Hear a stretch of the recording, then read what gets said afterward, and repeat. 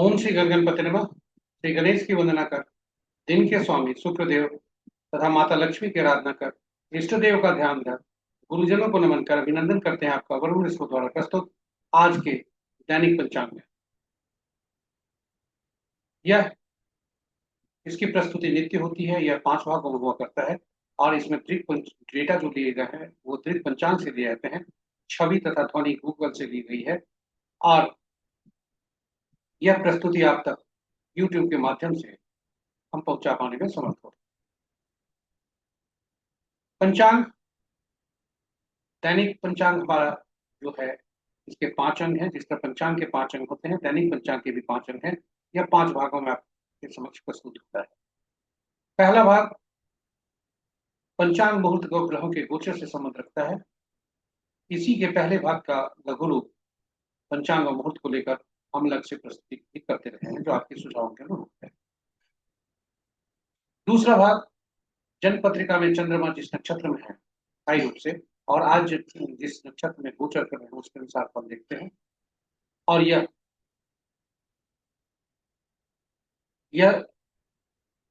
तारा बलम के अनुसार होता है। इसका जो फलित होता है तारा बलम इसे कहते हैं और मूलतः यह 9 तारा चक्र पद्धति पर आधारित है जो कि जातक के जीवन भर के बारे में बताता है कि कौन से ग्रह अच्छे हैं कौन से खराब। विस्तृत चर्चा प्रस्तुति में। तीसरा भाग दूसरे भाग का ही दूसरा रूप यानी चंद्रमा जिस राशि में है, हम वहां नक्षत्र की चर्चा करते थे, यहाँ राशि में चंद्रमा जिस राशि में जन्म के समय है और आज राशि में भ्रमण कर रहे हैं उसके अनुसार आज कैसे संकेत होने, कैसे दिन होने के संकेत मिल रहे हैं राशि के अनुसार, नक्षत्र के अनुसार। चौथा भाग चौघड़िया मुहूर्त से है जो कि दैनिक कार्य से लेकर सभी कार्यों के बारे में, चाहे शुभ कार्य हो, नया कार्य हो, दैनिक कार्य हो या कोई विशेष प्रयोजन, इस सभी के लिए चौघड़िया मुहूर्त उपयुक्त होता है। इसकी उपयोगिता काफी है, इसलिए इसकी विस्तृत चर्चा हम प्रस्तुति में करेंगे। पांचवा और अंतिम भाग अंक ज्योतिष के अनुसार आज कैसा दिन रहने की संभावना है। अंक हमारे साथ जन्म के से लेकर जब हमें ईश्वर द्वारा प्रदत्त होते हैं अंक जन्मांक के रूप में, और तब से अंक हमारे पीछा नहीं छोड़ते, हम भी अंक के पीछा नहीं पीछे रहते हैं। और अंक और हमारा दोनों का जो सामंजस्य है वो बहुत ही अच्छा होता है। और अंकों के जब भी असंतुलित होते हैं तो हमारे जीवन में कुछ न कुछ असंतुलित या कुछ न कुछ परेशानियां होती। तो चलिए विस्तृत चर्चा हम अंक ज्योतिष में ही करेंगे। इसके 2 भाग हैं, कुछ चर्चा अंक ज्योतिष के सीखने के उद्देश्य से और कुछ आज के दैनिक पंचांग क्या क्या है। आज का जो अंक ज्योतिष है वह आज के बारे में क्या बताता है कि आज का दिन विभिन्न तिथियों को जन्मे जातक के लिए कैसा रहेगा। इसी प्रस्तुति के साथ हम आगे बढ़ते हैं अंक ज्योतिष में कैसा दिन रहेगा। और आगे बढ़ते हुए हम आपको ले चलते हैं प्रस्तुति में। इसके पूर्व जो पंचांग होता है उस हम जो पंचांग के बारे में जानते हैं और उसकी महत्ता जो वास्तव में होती है तो दोनों में थोड़ा सा अंतर होता है। पंचांग के बारे में हम यही जानते हैं कि पंचांग शुभ और अशुभ मुहूर्त जानने का एक माध्यम है, परंतु ऐसी बात नहीं है। पंचांग केवल शुभ मुहूर्त जानने का माध्यम नहीं है, यह व्यक्ति की निर्णय क्षमता को सुदृढ़ करता है, यह आत्मबल बढ़ाता है। पंचांग प्रकृति और ब्रह्मांड की ऊर्जा के साथ संतुलन स्थापित करने में सहायक होता है, जिससे जीवन में शांति, समृद्धि और सकारात्मकता का संचार होता है। अतः पंचांग का अनुसरण करके हम अपने जीवन को अधिक सफल और समृद्ध बना सकते हैं। पंचांग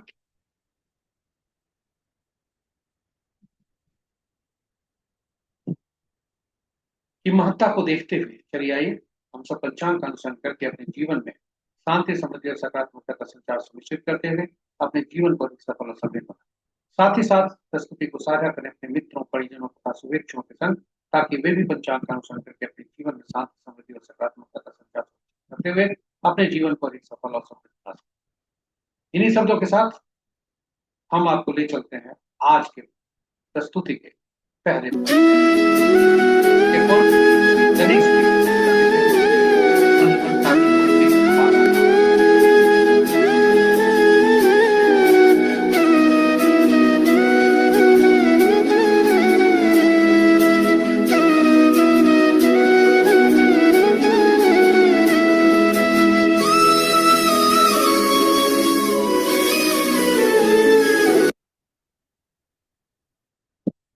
आज का पंचांग दिनांक 5 सितंबर 2025, माह भाद्रपद, पक्ष शुक्ल पक्ष, शाका संवत 1947 विक्रम संवत 2082 कलायुग और कलयुग का 5126 और आज का सूर्योदय 5:31 पर, सूर्यास्त 6:04 पर, sunrise at 5:31 AM, sunset at 6:04 PM।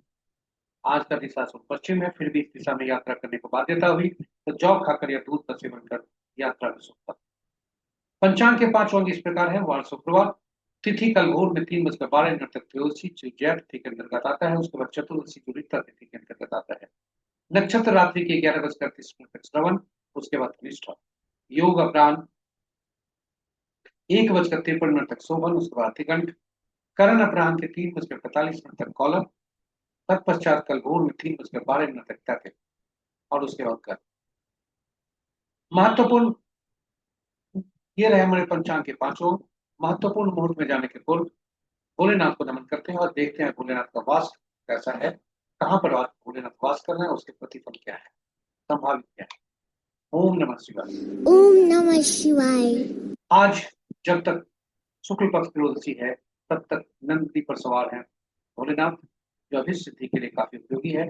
उसके बाद शुक्ल पक्ष त्रयोदशी होता है जो पूजन पर रहते हैं शिव, और वह शुभ। जय भोलेनाथ। ओम नमः शिवाय। ओम नमः शिवाय।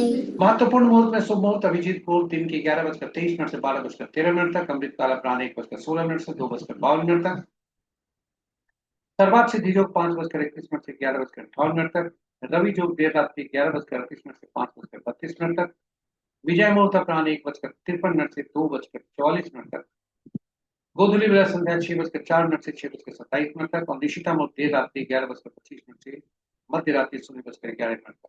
यहाँ आपको बता दें कि रवि जो देर रात्रि 11:32 से कल के सूर्योदय तक। ये रहे हमारे शुभ मुहूर्त। देर रात्रि में किए जाने वाले पूजा पाठ जब तक सार नक्षत्र मंत्र आदि के लिए निशिता मुहूर्त श्रेष्ठ हो सकते हैं।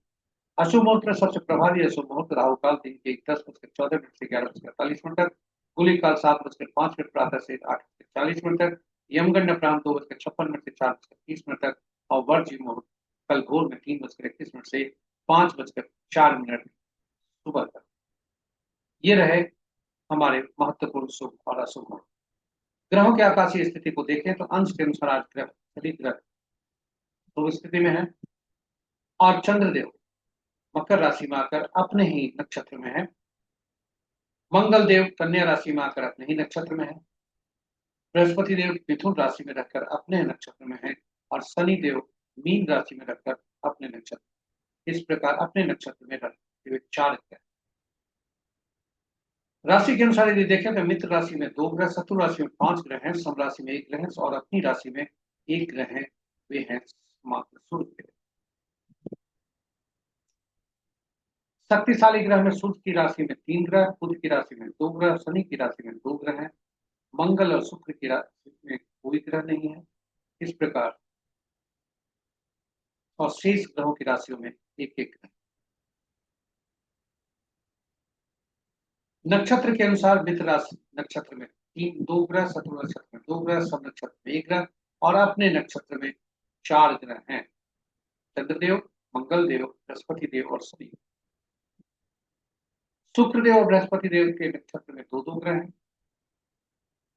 सूर्य और राहु के नक्षत्र में कोई ग्रह नहीं है, सो ये स्वतंत्र ग्रह है और शेष ग्रहों के नक्षत्र में एक एक ग्रह है। किसी भी ग्रह का नक्षत्र और राशि परिवर्तन आज नहीं है। तो ये रहे हमारे पहले भाग की प्रस्तुति। आपको दूसरे भाग में हम ले चलते हैं जो कि चंद्रमा का आज नक्षत्र के अनुसार कैसा फल दे रहे हैं। इसे तारा बलन कहते हैं। हॉरिजॉन्टल लाइन में जो कॉलम बने हुए हैं उसमें विभिन्न नक्षत्रों के नाम है। 27 नक्षत्रों के नाम है।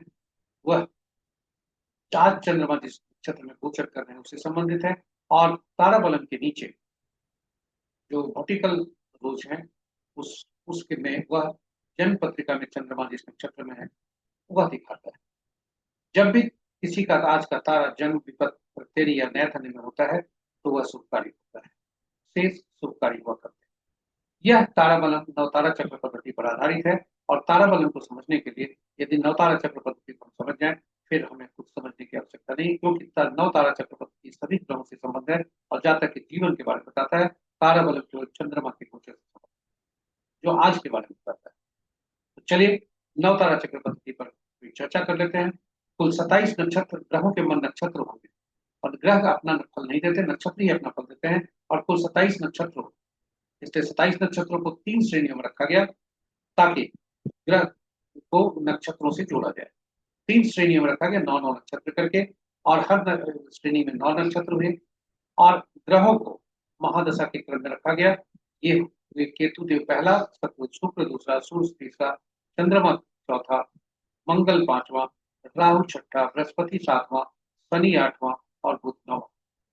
और हर श्रेणी में से पहला नक्षत्र जो हुआ, यानी पहले में से पहला, दूसरे में से 10वां, तीसरे में से 19वां, ये इसके स्वामी केतु देव बने। उसी प्रकार हर श्रेणी में से दूसरा जो नक्षत्र बने, दूसरा 11वां 20वां नक्षत्र, उनके स्वामी शुक्रदेव बने। इसी क्रम में चलते हुए 9, 18वां 27वां नक्षत्र के स्वामी बुध देव बने। और इस प्रकार सभी नक्षत्रों के साथ, सभी ग्रहों के साथ 3-3 नक्षत्रों को जोड़ा गया, और सभी नक्षत्रों को के स्वामी स्वामी तय किए। अब ये स्थिति जो यह जोड़कर, इसे संबद्ध कर ग्रहों से नक्षत्रों को संबद्ध किया गया, यह सूची आपके समक्ष उपलब्ध। फलित कैसे करते हैं, यह बहुत महत्वपूर्ण है। किसी भी जातक का अगर जिस नक्षत्र में जन्म हुआ उसके स्वामी को पकड़िए, और वहां से वह पहला ग्रह होता है, पहला ग्रह मिश्रित फल देता है, जो कि सुख कम पीड़ा ज्यादा। और वहां से जातक के लिए सुख कम पीड़ा ज्यादा, और वहां से दूसरा चौथा छठा आठवां नौवां ग्रह जो होते हैं वे शुभकारी, और पहला तीसरा पांचवां और सातवां जो ग्रह बनते हैं वे अशुभकारी हो। उदाहरण स्वरूप एक ग्रह को आज उठा लें कि यदि अनुराधा नक्षत्र में किसी का जन्म हुआ है तो बुध दूसरा ग्रह बने, केतु तीसरा, शुक्र चौथा, सूर्य पांचवा, चंद्रमा छठा, मंगल सातवां, राहु आठवां, बृहस्पति नौवां।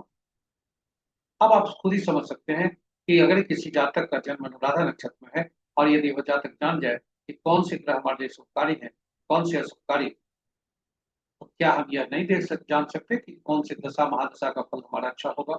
जन्म कुंडली में ग्रह बैठे हैं, उसका प्रतिफल क्या होगा, या उस जो नक्षत्र में उस जातक का जन्म हुआ है उसके साथ अगर हम पार्टनरशिप करते हैं तो उसका फल क्या होगा। तो हम सभी चीजें नवतारा चक्र पर जान सकते हैं। और ये इस फल को जानने के लिए ये आपके समक्ष पूरी सूची उपलब्ध है, कौन ग्रह किस नक्षत्र से हैं, या कौन किन किन नक्षत्रों के स्वामी कौन से ग्रह हैं, और पहला नक्षत्र से फल क्या होता है, दूसरा ग्रह से फल क्या होता है। यानी पहले हम जन्म पत्रिका में चंद्रमा जिस नक्षत्र में है उनके स्वामी को पकड़ते हैं, वह पहला ग्रह बनते हैं। पहला ग्रह मिश्रित फल देते हैं, दूसरा संपत्ति देते हैं, तीसरा विपद देते हैं, चौथा क्षेम, पांचवा प्रत्यय, छठा साधक, आठवां नैधन्य, सातवां नैधन्य, आठवां मित्र, और नौवां अति मित्र। तो ये रहे इनके चक्रों की सूची। और जब हम यह सब कुछ जान जाते हैं कि हमारे लिए कौन से ग्रह अच्छे हैं, कौन से ग्रह खराब है, तो यह हम शुभ ग्रहों की स्थिति में, दशा में हम शुभ कार्य का निष्पादन कर सकते हैं। और जब हमें चुनौती भरे ग्रह की का सामना करने वाला समय हमें मिलता है तो हम मानसिक रूप से उस स्थिति के लिए तैयार हो, जिससे हमारी पीड़ा या वेदना कम हो। तो यह हमारे लिए काफी लाभकारी है। उसी तरह उन जन्म कुंडली में ग्रह बहुत मजबूत अवस्था में हो सकते हैं। उदाहरण स्वरूप यदि हमें देखना है कि जातक का जन्म, जातक किस सोर्स से ज्यादा पैसा कमा सकता है, उसकी वृद्धि कहाँ से हो सकती है जहां से उसको धन लाभ हो, तो हम पकड़ते हैं कि नवतारा चक्र पद्धति के अनुसार आपका जो जन्म ग्रह है, यानी जन्म नक्षत्र स्वामी जो है, उनसे दूसरा ग्रह कौन बनता है और वे कहाँ बैठे, उससे संबंधित यदि कार्य किए जाए और उस भाव से संबंधित कार्य किए जाए तो फल अच्छे होने की संभावना। इसी प्रकार यदि कोई व्यक्ति हमारे दुश्मन नक्षत्र में है, जो ऐसे ग्रह हैं जो हमें पीड़ा देते हैं, हमें चुनौती देते हैं, वैसे नक्षत्र वाले व्यक्ति से यदि हमारे संबंध होते हैं किसी प्रकार के भी, तो हमारे लिए नुकसानदायक होते हैं। वही यदि हमारे लिए संपर्क, छेद, साधक, मित्र या मित्र होते हैं नक्षत्र वाले, तो फिर हमारे लिए शुभकारी होते हैं। उसी तरह हम भी उनके लिए शुभकारी हो सकते हैं। ये इस तरह से कौन सा व्यक्ति किसके लिए शुभकारी होगा, अशुभकारी होगा, यह नक्षत्र से हम देख सकते हैं। और यही वजह है नवतारा चक्र पद्धति पर हमने विशेष प्रस्तुति भी यूट्यूब पर रखी है, आप जरूर देखें, वह ज्ञानवर्धक और आपका के लिए अति उपयोगी हो, ऐसा हमारा विश्वास है। तो चलिए चंद्रमा के परिप्रेक्ष्य में देखते हैं कि आज चंद्रमा क्या कह रहे हैं, नक्षत्र कैसे दिख रहे हैं। तो आज चंद्रमा जो गोचर कर रहे हैं वह हस्ता श्रवण नक्षत्र में गोचर कर रहे हैं, जो कि चंद्रमा का अपना ही नक्षत्र है। उसके बाद वे शविष्ठा में जाते हैं, जो मंगल का नक्षत्र होता है। तो अगर आप देखें कि जो जातक भरनी, पूर्वा फाल्गुनी या पूर्वाषाढ़ा नक्षत्र में जिनका जन्म हुआ है, उसके लिए चंद्रमा का नक्षत्र विपत्त का है, समस्या दे सकता है, और उसके बाद का नक्षत्र छेदी का है। दूसरा उदाहरण एक लेते हैं, जो किसी जातक का जन्म पुनर्वसु, विशाखा, पूर्वा भाद्रपद में हुआ है, तो पहला अति पीड़ा देने वाला है, नैर्धन्य है, और उसके बाद में। तो इस प्रकार हम ग्रहों के नक्षत्रों का फल देखते हैं, और यदि हमारा तारा कोई भी आज का दिन का जन्म विपद प्रत्यय या नैधन्य में पड़ता है, तो आज के लिए विशेष कार्य यदि कोई कर रहे हैं तो उसे त्यागना चाहिए और दैनिक कार्यों में सावधान रहना। इससे हमारे कार्यों में शुभता बनी रहती है, हमें चुनौती कम मिलती है, परेशानियां कम होती हैं। और उपाय के तौर पर अक्सर लोग पूछते हैं कि इसका उपाय क्या है, यदि जन्म विपद प्रत्यय या नैधन्य में आज का तारा पड़े, तो उपाय में सीधा उपाय आपको बताते हैं, जो कि जिसमें जोखिम नहीं है। कोई भी किसी मुहूर्त को आज त्यागे, जोखिम नहीं ले उपाय करने के साथ। जानकारी है तो उपाय आपके समक्ष प्रस्तुत है, लेकिन उसकी प्रमाणिकता अभी तक हमारे पास नहीं उपलब्ध है, इसलिए हम आपको जोखिम लेने का सलाह नहीं। जानकारी के लिए आपके समक्ष प्रस्तुत है कि यदि आपका तारा आज का जन्म में पड़ता है तो पीला कद्दू पत्ते वाली सब्जी का दान करें, आज विपद में पड़ता है तो गुड़ का दान करें, प्रत्यय में पड़ता है तो नमक का दान करें, और नैर्धन्य में है तो प्याज को त्यागे, फिर भी मजबूरी हुई तो तिल सहित स्वर्ण का दान। तो ये केवल जानकारी के लिए है, इसका उपयोग न करें, क्योंकि जोखिम नहीं लें, इसकी प्रामाणिकता नहीं है, आपको चाहिए। इन्हीं शब्दों के साथ हम आपको तीसरे भाग में ले चलते हैं। राशि के अनुसार आज कैसा दिन होगा।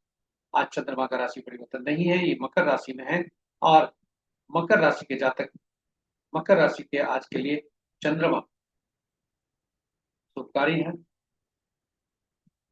और विभिन्न जातकों के लिए भी शुभकारी, यानी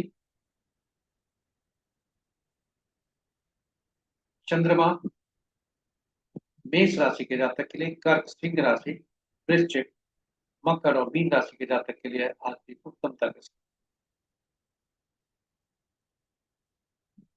तो ये रहे आपके लिए, ये आप शेष राशियों के लिए आज थोड़ा सावधान रहें, इस देव का ध्यान करें, कोई भी जोखिम न लें, वाहन चलाते समय सावधान रहें, वाद विवाद से दूर। अब आपको हम लेकर आए हैं चौघड़िया मुहूर्त पर। यह चौघड़िया एक मुहूर्त दिखलाता है, सुबह शुभ समय दर्शाता है, किसी भी शुभ काम को करने के लिए इसका उपयोग किया जाता है, और इसकी उपयोगिता काफी। इसकी उपयोगिता को देखते हुए हमने हिंदी और अंग्रेजी में अलग अलग प्रस्तुति यूट्यूब पर रखी है। चौघड़िया की उपयोगिता हिंदी में, यूटिलिटी ऑफ चौघड़िया अंग्रेजी में। संक्षेप में बता दें कि कुल 7 चौघड़िया, 8 चौघड़िया दिन के होते हैं, 8 चौघड़िया रात के होते हैं, लेकिन सप्ताह के दिन 7 ही होते हैं, इसलिए 7 चौघड़िया का नामकरण हुआ। और 8वां चौघड़िया जो आदि का चौघड़िया होता है, आरंभ का चौघड़िया होता है, वही अंत का चौघड़िया होता है, दिन का भी रात का। तो इस तरह से हर चौघड़िया का संबंध साप्ताहिक दिनों से हुआ, और हर सप्ताह के दिन का एक ग्रह स्वामी बनते हैं, इसलिए हर सप्ताह चौघड़िया का संबंध ग्रहों से हुआ, और हर ग्रह कोई न कोई विशेष प्रयोजन के लिए, विशेष कार्य के लिए उपयोगी हुआ करते हैं, इसलिए हर चौघड़िया कोई न कोई विशेष कार्य के लिए उपयोगी है। दिन का चौघड़िया राहु काल, वार वेला और काल वेला से ग्रसित हो सकता है, और रात्रि का चौघड़िया काल रात्रि। जब भी कोई चौघड़िया अशुभता से यदि व्याप्त हो, उस चौघड़िया का त्याग करना चाहिए, उसका उपयोग नहीं करना चाहिए, नहीं तो शुभता, जो हमारे फल कार्य के फल हैं, उसमें शुभता की कमी, शुभता का नामो निशान भी नहीं हो सकता, अशुभता ज्यादा हो सकता। तो आज का चौघड़िया देखते हैं कि आज का चौघड़िया कैसा है। आज का चौघड़िया चर चौघड़िया से आरंभ हो रहा है शुक्र का, और चर चौघड़िया से समाप्त हो रहा है दिन का। रात्रि का रोग चौघड़िया से आरंभ हो रहा है मंगल के चौघड़िया से, मंगल के चौघड़िया से दिन समाप्त। आज का चौघड़िया जो सर्वोत्तम चौघड़िया अमृत है चौघड़िया, वो वार वेला से ग्रसित है, और काल चौघड़िया काल वेला और राहु काल से ग्रसित है। वहीं रात्रि में लाभ चौघड़िया जो 8:56 से 10:22 रात्रि तक है, वो काल रात्रि से ग्रसित है। शेष चौघड़िया शुभ है, आप उसका शुभ काम उपयोग कर सकते हैं। किसी भी शुभ काम करने के लिए, चाहे पूजा पाठ हो या नए काम हम शुरू कर रहे हैं उसके लिए, यदि कोई उचित मुहूर्त नहीं देखना चाहे तो कम से कम चौघड़िया जरूर देखें। तो इन्हीं शब्दों के साथ हम आगे बढ़ते हैं आज का अंतिम पड़ाव पर, अंक ज्योतिष के अनुसार कैसा दिन रहने की संभावना है। अंक ज्योतिष पर दिन कैसे रहने की संभावना के पहले हम अंक ज्योतिष पर संक्षिप्त परिचय देख करते हैं। अंक ज्योतिष में 1 से 9 अंक तक महत्वपूर्ण होते हैं और इसी की गणना की जाती है। पांच जो अंक होता है वह अंक, यह 1 से 5 9 अंक के बीच का मध्य का अंक होता है, और इसलिए यह मध्य अंक आपके लिए हर हर व्यक्ति के लिए शुभकारी होता है और सभी अंकों को संतुलित करता है। ये शून्य की गणना को हम गणना में नहीं लेते, क्योंकि शून्य हमारे लिए अनिश्चितता देते हैं। हर एक एकल अंक के अलावा यदि हमें कंपाउंड अंक मिलते हैं जिसमें एक अंक से ज्यादा या 2 अंकों से ज्यादा का प्रयोग होता है, तो उसमें सब प्रयुक्त हुए सभी अंकों को जोड़कर एकल अंक में परिवर्तित करते हैं। यानी अंक ज्योतिष एकल अंक पर ही काम। ये अंक 1 से 9 अंक के शासक ग्रह अलग अलग होते हैं और विभिन्न नामों से जाना जाता है। यह एक का शासक ग्रह सूर्य है, दूसरा का चंद्रमा है, तीसरे के बृहस्पति है, चौथा के राहु है, पांचवा का बुध है, छठा के शुक्र है, सातवां का केतु है, आठवां का शनि है, नौवां का मंगल। और एक इनको विभिन्न नामों से जाना जाता है। एक को राजा या सरकार से, दूसरे को रानी या पार्टनर से, डिप्लोमेट से, तीसरे को गुरु से, चौथे को शरारती तत्वों से, पांच को राजकुमार से, छठा को मंत्री से या हमें सुख सुविधा देने वाले व्यक्तियों से, सातवां धर्मगुरु या इंट्यूटिव पर्सन से, आठवां अधीनस्थ कर्मचारी जो हमारे अधीन काम करते हो, न्यायालय न्यायाधीश आदि से है, और नौवां सेनापति, डॉक्टर तथा पुलिस। इन नामों से जाना जाता है। जब भी कोई अंक हमारे जन्म तिथि में कम होता है या नहीं होता, लुप्त होता है वह, तो उसके उस ग्रह के ऊर्जा हमारी कभी, कोई भी अंक जब लुप्त हो या एक अंक, कोई अंक बार बार आए, एक अंक 2 बार से ज्यादा आए, तो फिर उसकी जो मात्रा है ग्रह का ये ऊर्जा का वो अधिक हो जाता है, जो कि हमारे जीवन को थोड़ा सा असंतुलित करता है। अंक ज्योतिष से ही पहचान करता है कि कौन से अंक आपके लिए असंतुलित हो रहे हैं, कौन से अंक संतुलित है, किस अंक का व्यवस्था आपको करना। जन्म तिथि अंक ज्योतिष में 2 अंक महत्वपूर्ण होते हैं। पहला अंक होता है जो ईश्वर द्वारा प्रदत्त होता है, स्टैटिक अंक होता है। दूसरा जो हम बनाते हैं, तो स्टैटिक अंक में जन्म तिथि होता है, माह होता है, वर्ष होता है, यानी जन्म तिथि होता है जो ईश्वर द्वारा प्रदत्त होता है। और तिथि को जब जोड़ते हैं, जन्म तिथि को एक तिथि को, तो वह मूलांक कहलाता है, ड्राइवर कहलाता है। जन्म तिथि माह वर्ष को जोड़ते हैं तो भाग्यांक कहलाता है। यही भाग मूलांक और भाग्यांक में आपस में तालमेल बहुत अच्छा होना चाहिए, नहीं तो जीवन कष्ट में बीतता है। और इसके बाद और भी अंक इससे निकलते हैं जो कि स्टैटिक हुआ करते हैं, जो हम चर्चा कभी दूसरे स्थिति में करेंगे। लेकिन इसके बाद जो हमारा डायनेमिक अंक होता है, जो जिसे हम बनाते हैं, वो पहला और स्थायी अंक लगभग होता है, वो होता है नामांक। आप आश्चर्यचकित हो गए होंगे कि नाम तो अक्षरों का होता है, फिर नामांक अंक कैसा आया। तो जी, हर अक्षर जो होते हैं उनके अंकीय मूल्य होते हैं, इसलिए नाम को उनके अक्षरों में जो प्रयुक्त हुए अक्षर, उनसे के अंकीय मूल्य में परिवर्तित कर हम उसको अंकों में बनाते हैं और फिर उसे जोड़ते हैं, जोड़कर एक अंक बनाते हैं। यह जोड़ते समय यह हमें सुनिश्चित करना है कि हमारा अगर नाम कोई अंक हमारा ऐसा है जो ड्राइवर और कंडक्टर से तालमेल नहीं खाता, उसका दुश्मन अंक है, फिर हमें नाम में सुधार की आवश्यकता है। उसी तरह नाम का पहला अक्षर ऐसा होना चाहिए जो ड्राइवर और कंडक्टर का आपस में मित्र होना चाहिए, शत्रु बिल्कुल नहीं होना चाहिए। तो चलिए, अब आपकी इच्छा जागी होगी कि अंकों के शत्रु अंक कौन है। तो विभिन्न अंकों के शत्रु अंक आपके समक्ष प्रस्तुत। एक अंक के उदाहरण स्वरूप एक के ये 8 शत्रु होते हैं, 2 के 4 6 8 9 होते हैं, 3 के 6 होते हैं, 4 के 8 9 4 2 होते हैं, 6 के 3 9 होते हैं, 7 के 7 9 3 होते हैं, 8 के 1 2 9 4 8 होते हैं और 9 के 6 4 2 8 9। इस प्रकार आप देखेंगे कुछ अंक आपस के ही दुश्मन है, उदाहरण स्वरूप 4 7 8 और 9। कुछ अंक आपस के शत्रुता होती है, 3 का 6 6 का 3 से आपस में काफी शत्रुता है, 1 का 8 से और 8 का 1। इस प्रकार हम अंकों को पहचानते हैं और उन्हीं अंकों को मूलांक के अनुसार या भाग्यांक के अनुसार उनके पहला अक्षर जो नहीं होना चाहिए वह आपके समक्ष है। यानी एक मूलांक वाले का जातक का पहले उनके नाम का पहला अक्षर एफ या पी से नहीं जाना चाहिए। इसी प्रकार आपके समक्ष पूरी सूची उपलब्ध है जो आपके लिए उपयोगी हो। चलिए अब आप चलते हैं आज कैसा दिन रहने की संभावना। तो आज का दिनांक 5 सितंबर 2025। सितंबर माह में कोई भी बालक जब जन्म लेगा तो उसका मूलांक और भाग्यांक एक ही होगा। सितंबर 2025। तो आज मूलांक 5 भाग्यांक 5।